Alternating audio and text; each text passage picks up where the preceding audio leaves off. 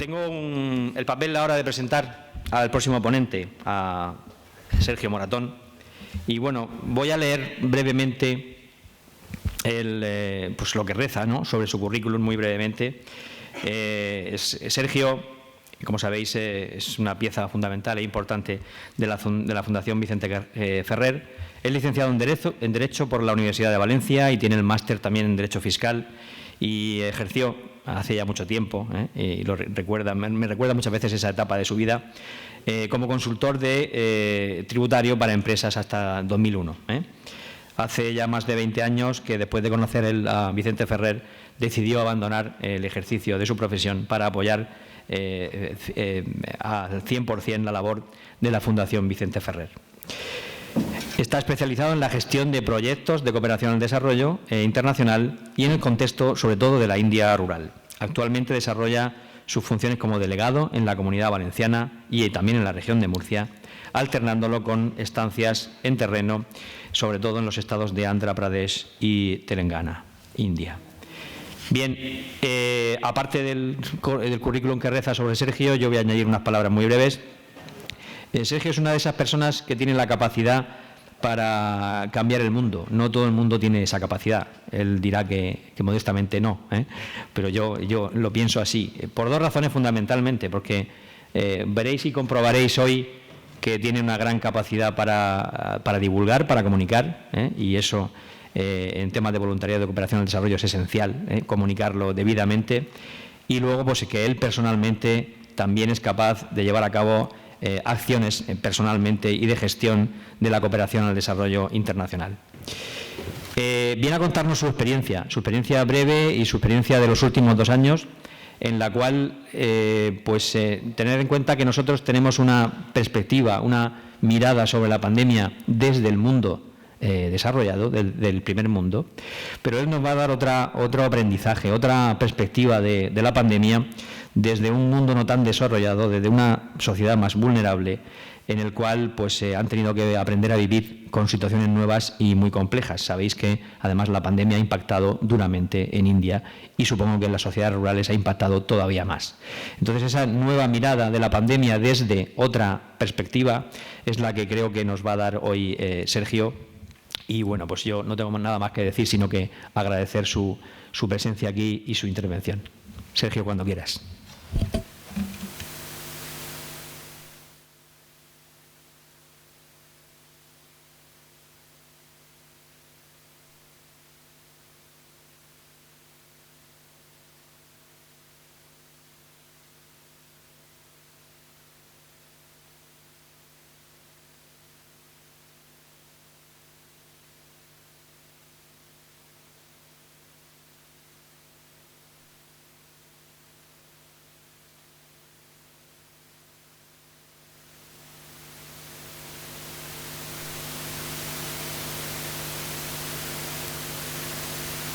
Universidad muy querida,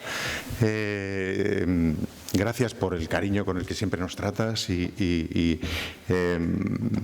también confieso mi admiración por vuestra labor, ¿no?, y la tuya en concreto, y esa determinación y esa voluntad de no resignarse nunca y seguir luchando, pues bueno, para hacer de este un mundo mejor.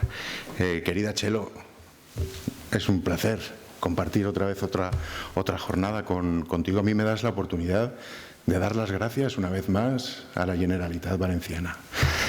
La Fundación Vicente Ferrer lleva 53 años trabajando en una región muy concreta del mundo. Ahora la veremos. Durante este tiempo hemos tenido la suerte de contar con el apoyo de muchas instituciones públicas, pero ninguna ha querido apoyar a la Fundación Vicente Ferrer como lo ha hecho la Generalitat Valenciana. Es la institución pública que más tiempo nos ha apoyado y que mejor nos ha apoyado. Gracias a ella hemos llevado proyectos revolucionarios y seguimos haciéndolo. Estamos construyendo ahora mismo un nuevo aulario para el desarrollo de la formación profesional, que va a abrir el futuro a muchos jóvenes y sobre todo a las mujeres, al colectivo más discriminado. Por lo tanto, es una oportunidad que no desaprovecho. Gracias a la Generalitat Valenciana por ese apoyo. En los momentos más duros no os olvidasteis de vuestras gentes de Anantapur, y durante la pandemia, a través de un proyecto de emergencia, gracias a la Generalitat, pudimos llevar un generador de oxígeno que salvó muchas vidas. Así que una vez más, gracias. Bien, estas jornadas a mí me encantan porque es una oportunidad de hablaros a vosotros jóvenes, y cuando os hablo a vosotras, pues bueno, no solo hablo al presente, sino que también hablo al futuro. El mundo estará en vuestras manos y dependiendo de vosotros nos desarrollaremos en un sentido o en otro. Es muy importante, ¿no?, que identifiquéis los valores que van a ser vuestro motor, que van a dirigir vuestra conducta. Y también queremos atraeros vuestra atención y vuestro interés por nuestra organización. Y que os unáis a nosotras y a nosotros también en actividades de voluntariado, aquí y en India. Aquí en Alicante tenemos una delegación, una oficina en la que está abierta las puertas para vosotras y para que, bueno, pues en fin, podáis conocernos mejor. Y si queréis participar a través del voluntariado con nosotras, nosotros estaremos encantados. Y para llamar vuestra atención y para despertar vuestro interés, os voy a presentar a la Fundación Vicente Ferrer. Y como ha dicho Vicente, quiero hacerlo contando cuál ha sido nuestra experiencia durante la pandemia. La pandemia ha puesto, ¿qué os voy a contar?, ¿no? Patas arriba, nuestro mundo ha puesto a prueba todas las sociedades, todas las organizaciones, y a la nuestra también. A la nuestra también. Ha impactado de una manera muy especial. Y hemos sido testigos de, bueno, situaciones dramáticas, muy difíciles de encajar. Pero también hemos visto cosas maravillosas. Y es aquí donde yo quisiera poner el acento. ¿Vale? Vamos allá. Para que nos conozcáis, ¿dónde trabajamos? Esta es la fotografía más dura que vais a ver. Nuestra fundación trabaja en una región muy concreta de la India. La India es un país maravilloso, con una historia increíble. Y una de sus características principales es que desde hace más de 2000 años es la mayor democracia del mundo, pero su organización social, bueno, sigue organizándose según grupos sociales, ¿no? Es una especie podríamos dibujar una especie de pirámide en el que unos y unas están por encima de otros en función de la casta del grupo social al que perteneces. Esto es importante porque ese grupo social va a marcar tu prestigio. Cuanto más alto estés en esa pirámide, mayor será tu prestigio, ¿no? Además, independientemente de tu capacidad económica. Esto es algo que, bueno, es distinto, ¿no? Aquí parece que ese prestigio va en función de lo que puedes tener, ¿no? En India no, es independiente de esto. Puedes pertenecer a uno de los grupos sociales más, en fin, más elevado, ser pobre, pero tu prestigio social va a estar por encima de otra persona que puede tener una capacidad económica mayor, pero que ocupa una posición inferior. Bien, y sobre todo determina a lo que puedes aspirar, con lo que puedes soñar. Para explicar esto, aquí tenéis esta imagen.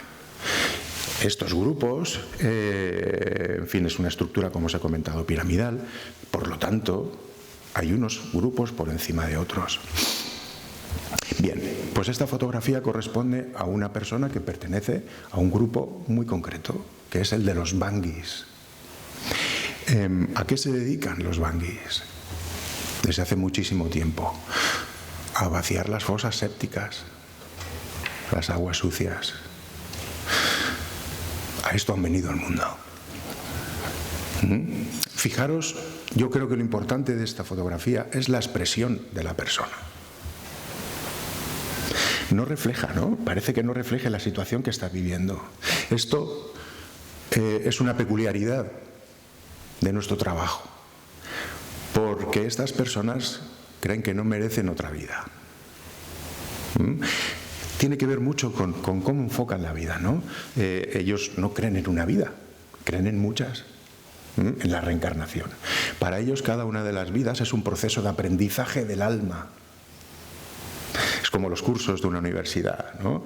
En fin, o de cualquiera de los estudios, cada nivel que vamos subiendo, vamos aprendiendo. Bien, pues cada una de las reencarnaciones, en cada una de las reencarnaciones, el alma va aprendiendo lo que tiene que aprender hasta que es perfecta y se une a Dios en lo que llaman el moksha. Por lo tanto, para estas personas no es casualidad haber nacido en este grupo social. Tienen que vivir de la manera en la que marca este grupo social para que su alma pueda aprender lo que ha venido a aprender. ¿Cuál es la consecuencia inmediata de esto? Una aceptación de la realidad.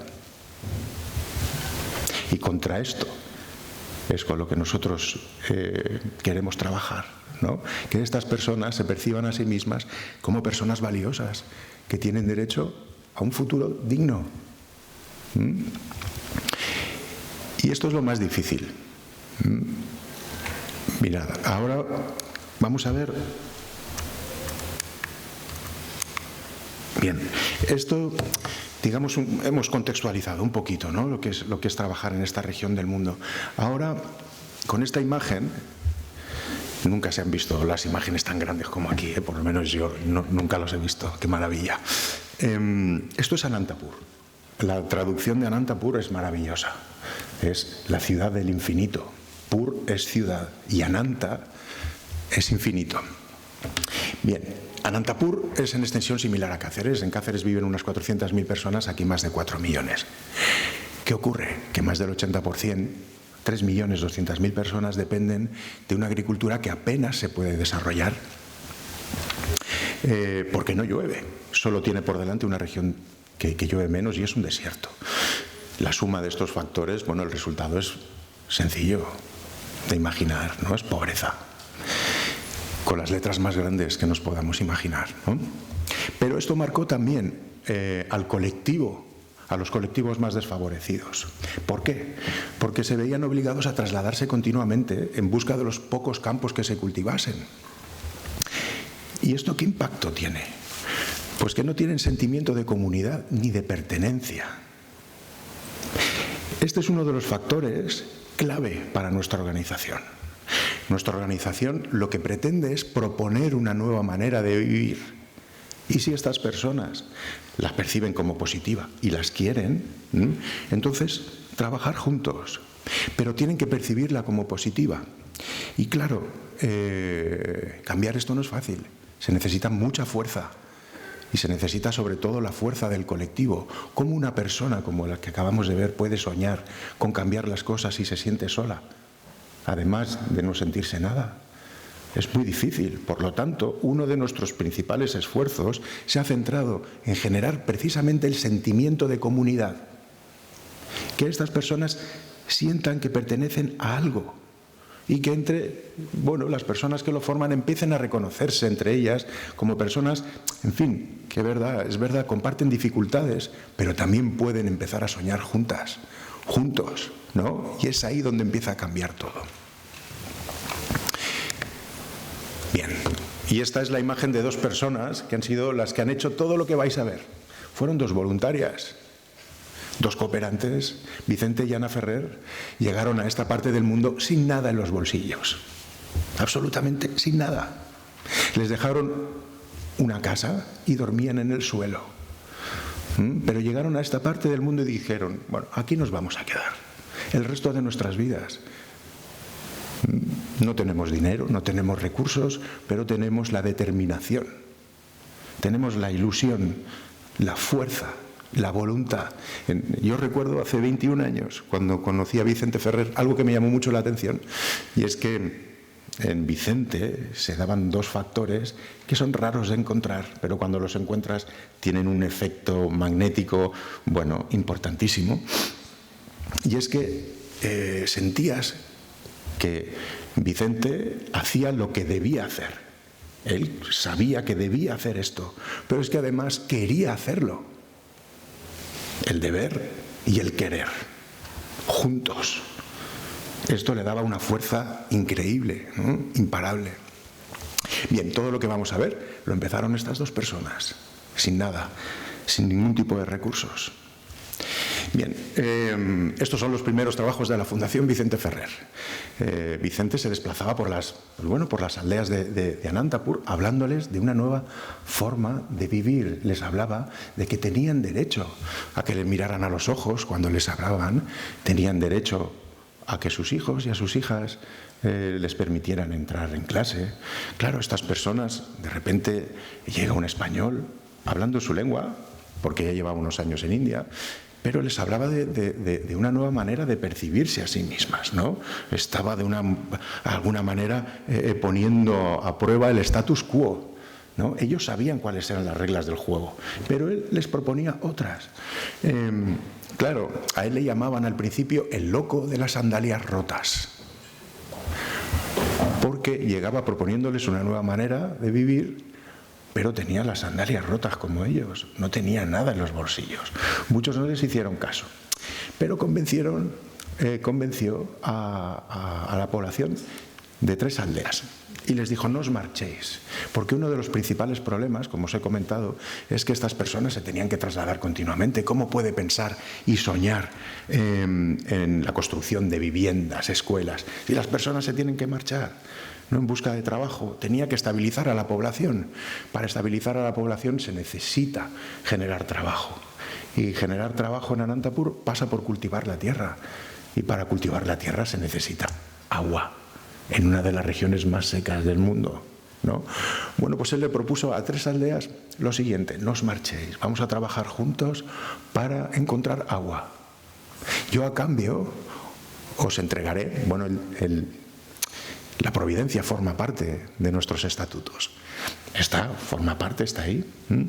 Bueno, pues él dijo que la providencia hizo que llegara un cargamento en un tren, ¿no?, cargado de trigo. Tenía un destino, pero ese destino al final no se concretó y se lo ofrecieron a él. Es lo que ofreció Vicente a todas estas personas. Trabajar a cambio de lo que tenía. No tenía dinero, pero tenía trigo. Y es lo que les ofreció. Y estas personas, algunos dijeron: bueno, vamos a probar, vamos a ver si encontramos agua aquí. Y esto fue lo que hicieron. A ver qué tal se ve, tan grande.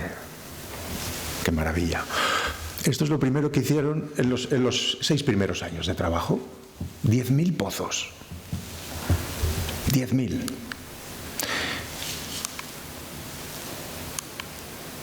Algunos, bueno, pues os podéis imaginar. Con esto comienza todo. Primero, facilitar el acceso al agua para consumo humano. Era una tierra sedienta, ¿no? Pero también pudieron empezar a poder cultivar su propia tierra, porque era tierra que nadie reclamaba, que nunca había sido cultivada. Esto era un cambio fundamental. Pero a la vez, de manera paralela, estos eran los primeros pasos de un programa de desarrollo dirigidos a eliminar la pobreza, no como objetivo de nuestro trabajo, sino como paso previo al objetivo principal de nuestro trabajo. Nuestro trabajo pretende el desarrollo humano, sostenible, completo de la zona en la que trabajamos. En esa idea de desarrollo no cabe la pobreza. No entendemos que nada se pueda calificar como desarrollado si el bienestar de unas personas se apoya en el sufrimiento de otras. Para llegar a ese ideal de desarrollo teníamos que eliminar la pobreza. Y a eso iba encaminado todos estos trabajos que habéis visto. El agua, el cultivo. Pero claro, de manera paralela teníamos que hacer frente a las consecuencias de la pobreza. Estos son los primeros programas de nutrición que se enfocaban precisamente en la atención a la mujer. Es una de las peores zonas del mundo para nacer como tal. La mujer solo tiene sentido si tiene un hombre al que servir. Es la última en comer. Tiene los trabajos más duros. Bien, pues con los pocos recursos que empezó a encontrar Vicente y Ana, pusieron en marcha programas como este, programas grandes, enormes, para dar al menos una comida al día a las mujeres.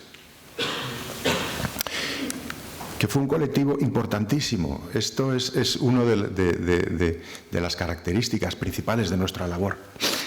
¿Por qué? Por lo que os he comentado antes, esta idea de desarrollo para que se produzca esto, tiene que haber un cambio social profundo, un cambio social que solo puede venir de la mano de nuevos valores, valores como la solidaridad, la justicia, la igualdad. Estos son los valores que tienen que inspirarles. Pero estos valores primero se tienen que identificar como positivos. Es un trabajo a largo plazo. A largo plazo. No se puede llegar a hacer una casa y marcharte y ya está. No, nuestro trabajo no consiste en esto. Pero claro, estos valores, además de identificarse como positivos, tienen que trasladarse de generación en generación. ¿Y quién es la principal transmisora de estos valores? Es la mujer. Hace 53 años, cuando las fotografías eran en blanco y negro, muchas de ellas, Vicente y Ana supieron identificar al colectivo que lo cambiarían todo. Y precisamente era el colectivo más discriminado, la mujer. Pero claro, tenían un problema. Digo, ¿cómo hacemos protagonista al colectivo que no vale nada, que no sirve para nada? Con muchísima paciencia, pero sobre todo enfocando los esfuerzos en la educación. Estas son las primeras escuelas de la Fundación Vicente Ferrer. Estas niñas normalmente tendrían que estar trabajando lo que hacía la Fundación, las niñas, no los niños. ¿Para qué? Para pagar la dote. De una edad muy temprana trabajaban, con lo que conseguían se lo daban a los chicos, a sus padres, y con eso pagarían la dote para al casarlas se llevasen a su hija. Entended esto. No es que pagues la dote para traerte a una persona, a una fuerza de trabajo. Pagas y se llevan a tu hija. Esto es lo que explica que sea tan problemático que nazca una mujer, ¿no? Nace la primera, nace la segunda, la tercera. Llega a ser un problema muy, muy grande. Bien, aquí en estas primeras escuelas, al aire libre, nosotros les pagábamos a los padres lo que estas niñas iban a conseguir trabajando, pero para Vicente y para Ana era el mejor plazo fijo. Me encantó la fe con la que hacían esto, ¿no? ¿Vale? Pagamos esto ahora, pero estas mujeres serán las que nos lo cambien todo, las que impulsarán el desarrollo, ¿no? Bien, ¿qué ha pasado 53 años después? Es la misma tierra, 653 embalses. Material local, personal local, todo es local. Todos los recursos que nos llegan impulsan la economía local, una economía social. Con el agua que captan estos embalses y las más de 3.000 estructuras hídricas que hemos construido, hemos arañado el desierto más de 45.000 hectáreas. Son muchas. Y además, cada una de estas hectáreas está a nombre de una familia, a su nombre. Es agricultura de subsistencia. Estas familias solo tienen una hectárea, pero es su tierra. Por fin es su tierra. Con lo que consiguen pueden alimentarse a sí mismos y con el excedente alimentan también al resto de la población, ¿no? Claro, una vez conseguimos el oro de Anantapur, lo que tenemos que hacer es distribuirlo de manera eficiente y de manera eficaz. En 35.000 hectáreas tenemos sistemas de riego por goteo y aspersión que hacen que sea más fácil recuperar la soberanía alimentaria, la disponibilidad de alimentos en la zona para todos los colectivos, no solo para los más desfavorecidos. Los mercados están abastecidos de muchísima variedad de productos gracias a estas personas, que son los que lo producen, ¿no? Y estas personas son las que están mejorando también la alimentación de toda la población. Hemos plantado más de 12 millones de árboles también. Es una tierra que prácticamente no había vegetación, ¿no? Después de tanto tiempo. Y esto tiene un impacto, muy importante. También sabéis que, en fin, la masa boscosa tiene un impacto también determinante en el régimen de lluvias, ¿no? Las atraen. Bien, es nuestra esperanza, ¿no? Aumentar la masa forestal del distrito de Anantapur. Y esto nos ha permitido, por ejemplo, todo este agua, pues la introducción del programa de ganadería. Es economía social también. Hemos entregado a más de 35.000 familias un mínimo de 3 cabezas de ganado, vacas, búfalas, y una vez más, con la leche que obtienen, se alimenta la familia y el excedente lo venden. Con lo cual, una vez más, se beneficia toda la población. Pero fijaros este proyecto. Os comentaba antes que uno de nuestros principales retos es convencer a estas personas de que lo imposible es posible. ¿Hay algo más difícil que ser pescador en el desierto? Este programa va a esa línea, es un programa sutil, no tiene mucho impacto. Son 450 familias que ahora son pescadores, pero son pescadores en el desierto. Si esto es posible todo, ¿no?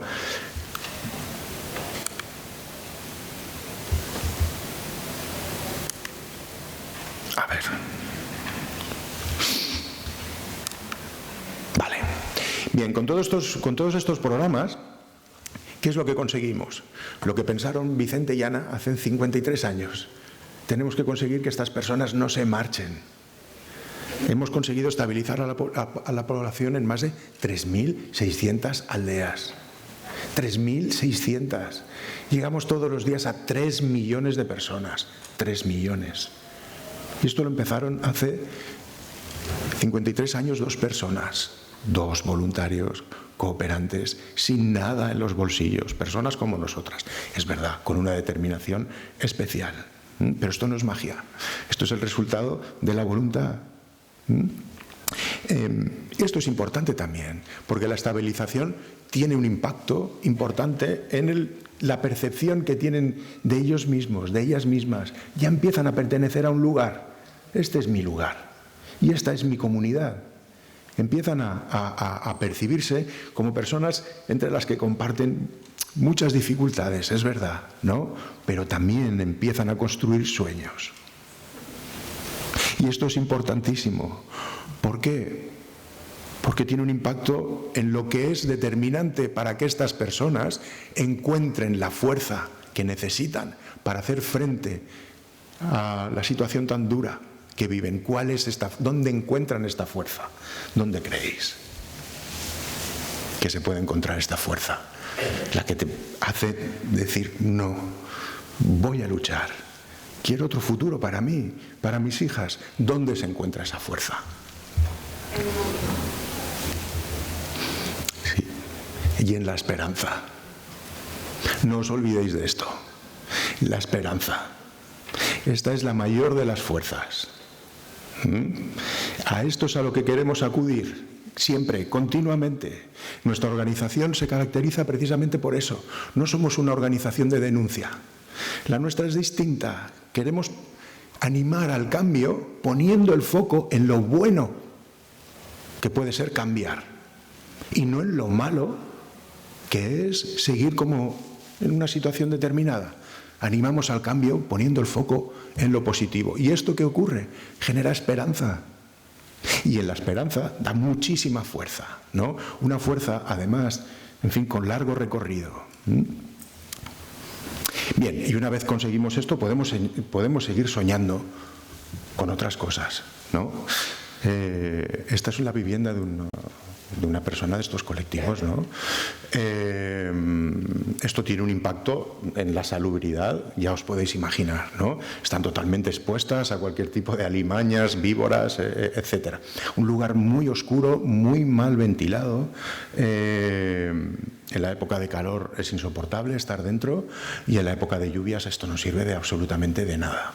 Pero aparte de esto,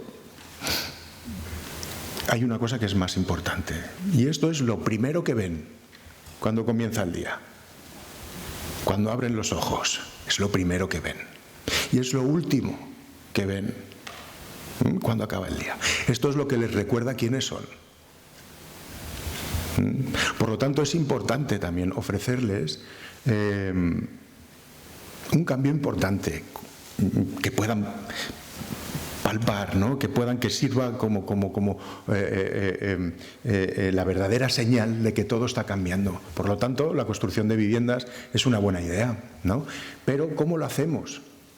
Utilizamos el propio proceso de ejecución del proyecto para transformar, para que estas personas comprendan la importancia de la comunidad. Ahora veréis, hemos construido muchas viviendas, pero no los hacemos todas. Por ejemplo, no llegamos a una aldea y decimos, bueno, ¿cuántas familias hay aquí que necesitan una vivienda? ¿300? ¿1.500? Pues las vamos a hacer todas. Y podríamos hacerlo, ¿eh? Dedicamos los recursos a esa aldea y ya está. Os apartáis, aquí viene la fundación, hace las viviendas y cuando terminemos ya podéis regresar. No lo hacemos así. Organizamos algo que para nosotros es muy importante, y es el Comité de Desarrollo Comunitario. Es un comité formado por el mismo número de hombres que de mujeres, es paritario. Esto es una pequeña revolución, ¿vale?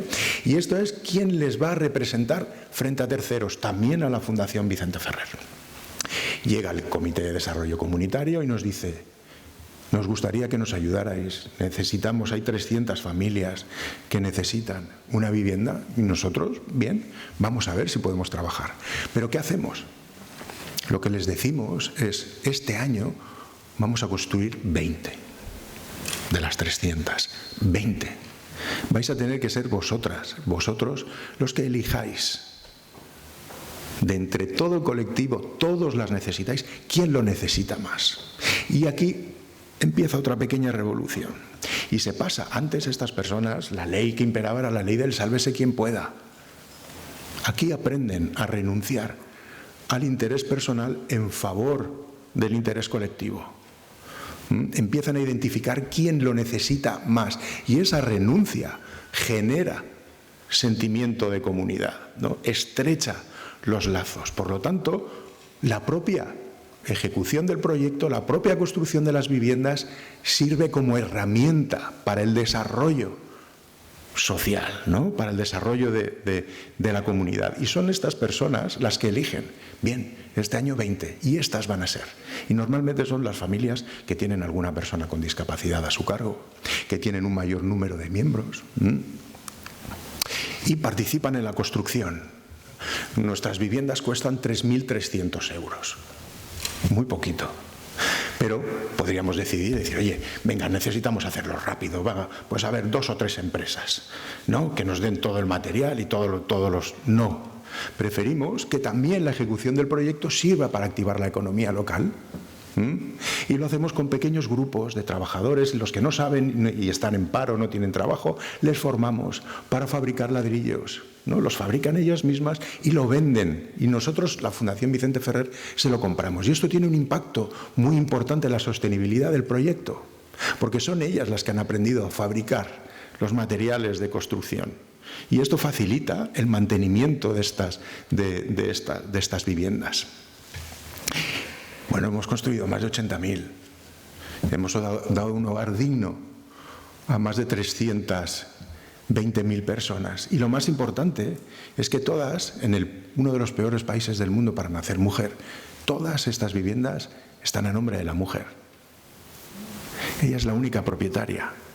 Y es en el propio proceso de ejecución donde la mujer empieza a sentir que está cambiando algo, que es ella la que va a aportar a la familia un hogar. Lo aporta ella. Lo importante es los niños y las niñas que empiezan a ver en su madre un nuevo papel. Aprenden ese nuevo papel de la madre y lo perciben como positivo. Y es muchísimo más fácil que estos niños en su edad adulta rompan con ese ciclo, ¿no? Bien, hemos visto antes el interés que ponemos en la educación como elemento transformador. En todo este tiempo habéis visto las primeras escuelas de la Fundación, al aire libre. Bien, en estos 53 años hemos construido más de 1.400 escuelas. Ha cambiado mucho, ¿no? Fijaros que hay prácticamente el mismo número de niños que de niñas. Están descalzas. Pero notáis algo, ¿no? Hay una alegría importante. Hay una alegría bueno, que traspasa la imagen. ¿Y esto de qué creéis? ¿Por qué creéis que es? Volvemos a lo mismo de antes. Esta es la sonrisa de la esperanza. Es así. No hay ninguna duda al respecto. Es la sonrisa de quien sabe, está convencido no solo de que las cosas van a cambiar a mejor, sino que merece la pena luchar por ello. Esto es muy importante. Gracias a estas escuelas, bueno, se han escolarizado más de 150.000 niños y niñas. 150.000 es una cifra importante. Y una vez más, fijaros que en las fotografías que os estoy poniendo, la infraestructura es lo de menos. Lo importante es la expresión. Lo importante es lo que reflejan estas personas. Cómo viven. Siguen siendo pobres. Siguen siendo pobres. Pero su realidad la viven de una manera distinta. Gracias a estos proyectos hemos conseguido que la tasa de escolarización cambie mucho. Cuando llegaron Vicente y Ana, la tasa de escolarización era de un 2%. Un 2%. De cada 100 chicos, de cada 100 chicas, 2 iban a la escuela. 53 años después, Vicente, tú ya lo sabes, no respondas. 53 años después, ¿con qué porcentaje os quedaríais satisfechas? En una región tan pobre como Anantapur, con el colectivo más discriminado, del 2% al... Ese es ambicioso, 85. Muy bien, me gusta. El 98%. El 98%. De un 2% a un 98%. Pero la cifra es lo de menos. Lo importante es otra vez lo que se ve. Es aquí donde descubre que es valiosa. Es aquí donde descubre que lo que le habían dicho no era cierto, que es capaz de aprender. Es capaz de aprender, está diciendo, sí, soy mujer, soy niña, pertenezco a uno de los colectivos más discriminados y os equivocáis conmigo. Soy perfectamente capaz de aprender lo que vosotros aprendéis, ¿no? Y esta es una escuela de secundaria en la que están chicos y chicas de castas superiores. Y aquí es donde aprenden a decir, madre mía, a mí me decían que no me acercara a estas personas que son como mulas. No, no es así. Esta chica puede sacar mejores notas que yo. Bien, es ese sentimiento, esa chispa de dignidad la que nosotros queremos alimentar, la que se produce aquí y que se convierta en un fuego.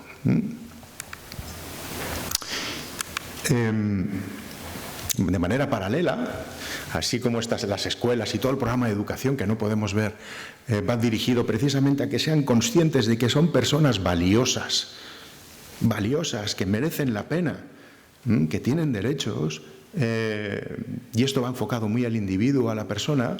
Queremos también reforzar el sentimiento de grupo, que encuentren la fuerza del grupo. Para eso hemos organizado más de 7.000 asociaciones de mujeres.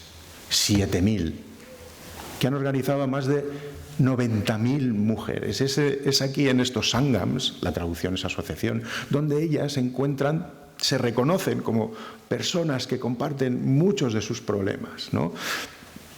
Pero también empiezan a sumar sus fuerzas para hacer frente a estos problemas. Cuando se produce un caso de violencia de género, van todas a denunciar. A una mujer le puedes dificultar el acceso, a 20 no. A 20 no. Bien, tenemos una escuela de enfermería, porque claro, uno de los principales problemas que tenemos en el distrito de Anantapur, contamos, ahora veréis, con infraestructuras sanitarias, pero no hay nadie que quiera ir allí. No hay nadie. India tiene una ratio muy baja de personal sanitario por persona, ¿no? Y los que hay, pues se quieren ir a las grandes ciudades, donde tienen todas las infraestructuras, donde están bien, ¿no? Donde tienen buenos sueldos. No se les ha perdido nada en Anantapur. En una zona, pues bueno, ¿qué es lo que es? Para eso pusimos en marcha nuestra escuela de enfermería. Son chicas, es una profesión que desarrollan mujeres de allí, de la propia zona.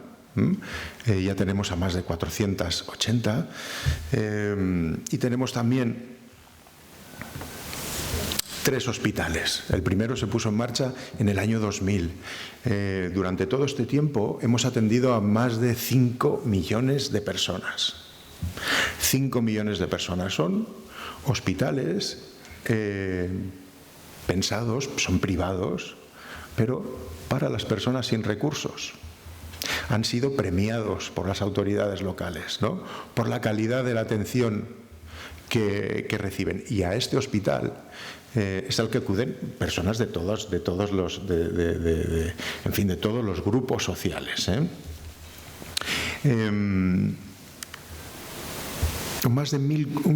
atendido a más de 1.400.000 niños. Lo importante, es verdad, es la cifra, pero lo importante es algo que no se puede fotografiar. Y es el impacto que tiene en una comunidad como esta saber que hay unos hospitales para ellos, para ellas, que cuando lo necesiten pueden contar con esto.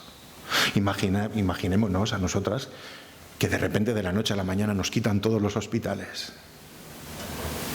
¿Cómo impactaría eso, ¿no?, en nuestro día a día, ¿no? Si a mí me pasa algo, no tendré ningún sitio donde ir. Pues esto es lo que le ocurría a estas personas.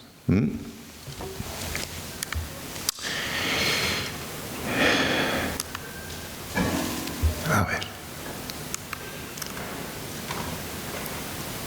Bueno, mientras tanto estáis viendo esta niña, este niño, ¿vale?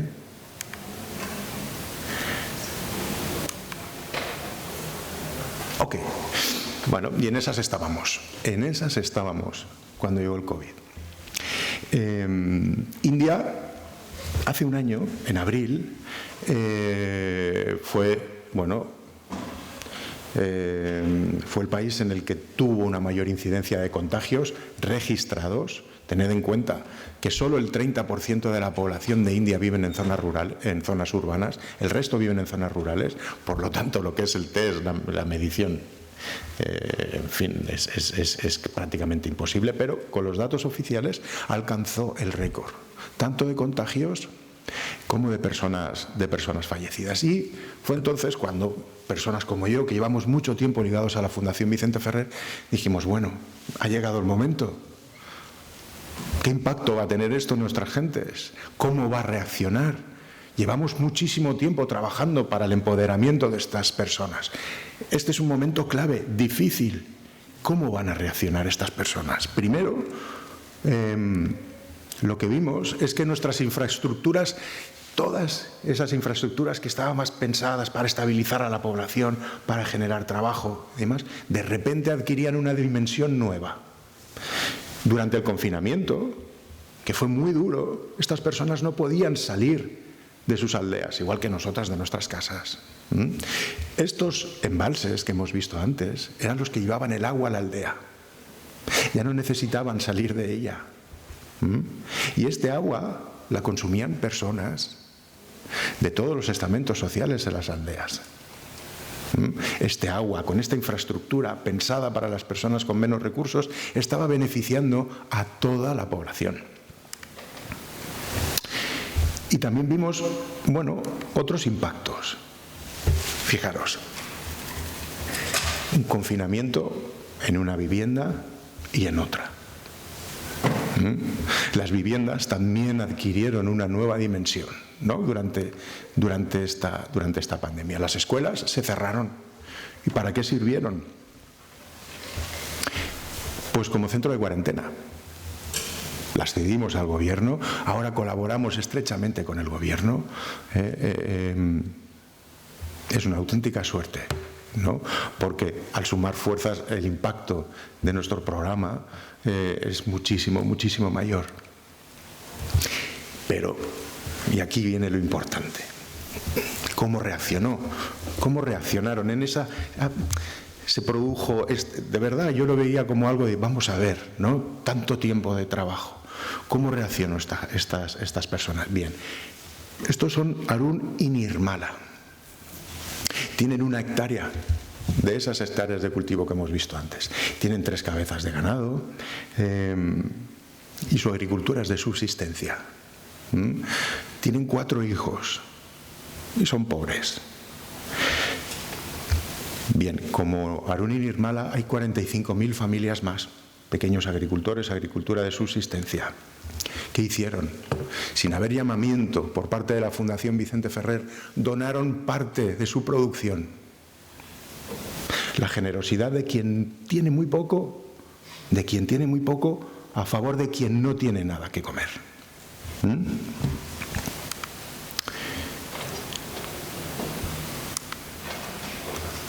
Esto fue algo que de verdad, esto ocurrió en los primeros días de la pandemia.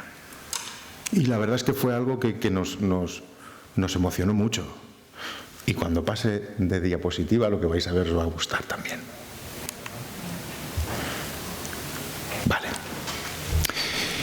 ¿Qué hicimos nos donaban arroz, garbanzos, todo tipo de legumbres, fruta? Esto es el campus de la Fundación Vicente Ferrer. Con esa comida nosotros preparábamos precisamente raciones. Bueno, pues gracias a quien tiene muy poco, pudimos entregar más de 400.000 raciones de comida. Y esta comida venía de quien tenía muy poco. Venían estas personas de una manera de vivir en la que la ley era sálvese quien pueda. Cuando estas personas no podían asistir a las colas, pues íbamos nosotras y les entregábamos pues la comida, personas ancianas o con problemas de movilidad. Pero os he comentado que las mujeres es el colectivo más discriminado. Se valoran muy poco a sí mismas. Es normal, porque desde que nacen sienten que son un problema. Lo notan en la mirada de sus padres, lo notan en los abrazos que no tienen, lo notan en los cuidados que no tienen, lo notan en los abrazos que le dan a su hermano y no a ella. Sienten que no son valiosas, no solo eso, sino que son un problema. Bien, pues en los momentos más duros, 2.000 mujeres voluntarias se ofrecieron. Quiero hacer algo. Son momentos duros y quiero ayudar. Estas mujeres se unieron y fabricaron en 200 aldeas más de 5 millones de mascarillas. En un momento en el que no habían mascarillas en la zona. Fueron las mujeres, el colectivo más discriminado, quien se unió para facilitar lo que precisamente era indispensable para limitar la transmisión del virus. Y hay fotografías, y tenemos fotografías, Vicente, de estas mujeres entregando estas mascarillas a la policía local, suyas. Es aquí donde la sociedad empieza a comprender, hombre, no será mala idea, esto es bueno. Estas mujeres lo están haciendo porque se sienten valiosas. Y es aquí donde se empieza a cambiar el chip, ¿no? Donde empiezan a comprender que es bueno, ¿no?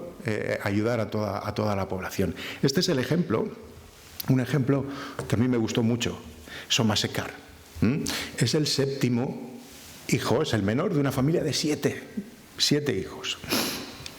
Estudió en una de las escuelas que habéis visto, de la Fundación Vicente Ferrer. Estudió secundaria, muy buen estudiante, con unas ganas enormes de estudiar. Le pagamos la beca para estudiar Bellas Artes.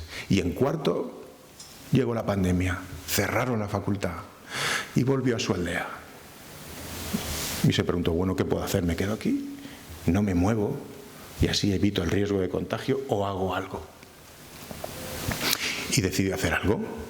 En 16 días pintó 250 murales en 250 aldeas.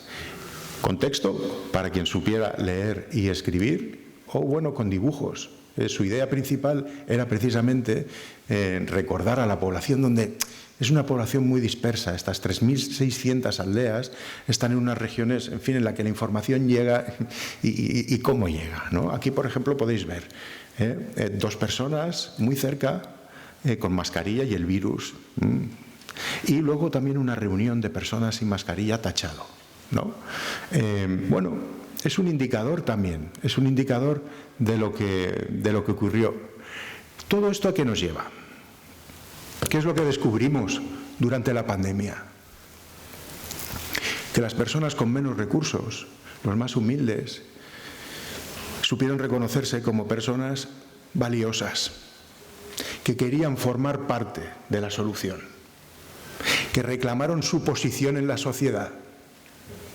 Aquí estoy yo, pero no lo hicieron para pedir, reclamaron su posición en la sociedad dando. Y esto es maravilloso. Pasamos momentos duros, muy, muy duros, pero también vimos esto, ¿no? Esto es lo que de las cosas más importantes que descubrimos durante la pandemia. La verdadera dimensión de un trabajo de 53 años, más importante que las viviendas. Todo esto es el medio para llegar a esto. A esto quería Vicente Ferrer llegar, a que estas personas se sintieran valiosas, ¿no? Y que se sintieran que formaban parte de la sociedad.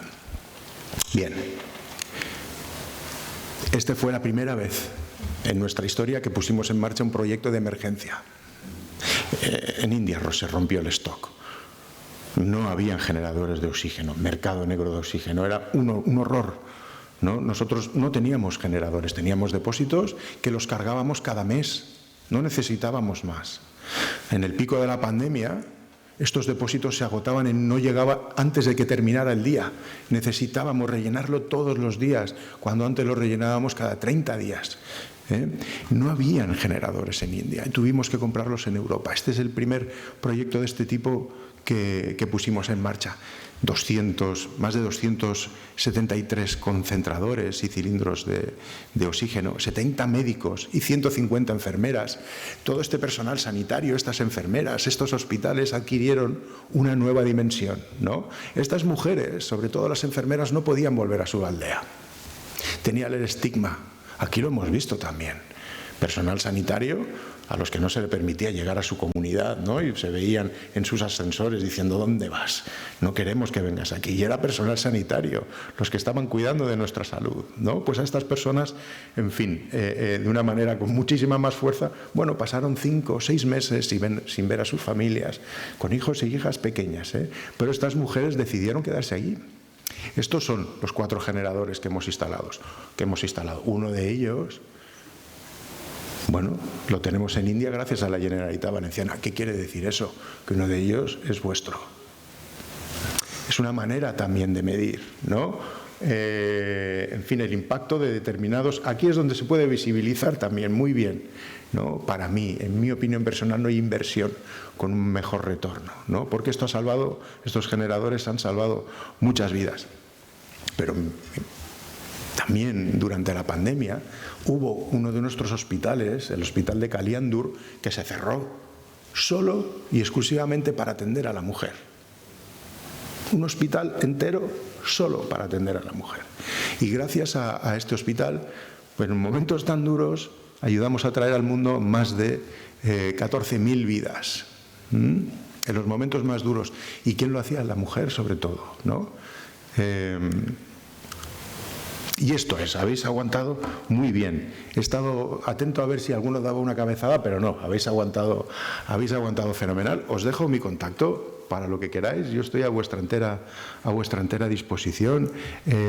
Espero haber transmitido al menos, ¿no?, esa cosa tan importante que hemos descubierto durante este tiempo. Nos quedan unos minutos, pocos, 8, pero a mí me gustaría saber si tenéis alguna pregunta.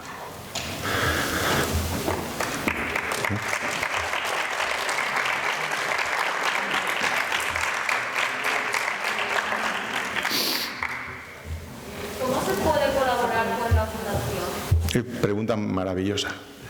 Bueno, primero busca nuestra página web. Ahí verás las distintas formas de colaborar. Una de ellas es la del voluntariado, y allí verás que tenemos una delegación en la ciudad de Alicante. La nuestra, la Comunidad Valenciana, es la única comunidad que tiene 2 delegaciones, una en Valencia y otra en Alicante. ¿Por qué? Pues porque aquí nos apoyan mucho, tenemos esa gran suerte. Tenemos una delegación en Alicante, en la calle Castaños.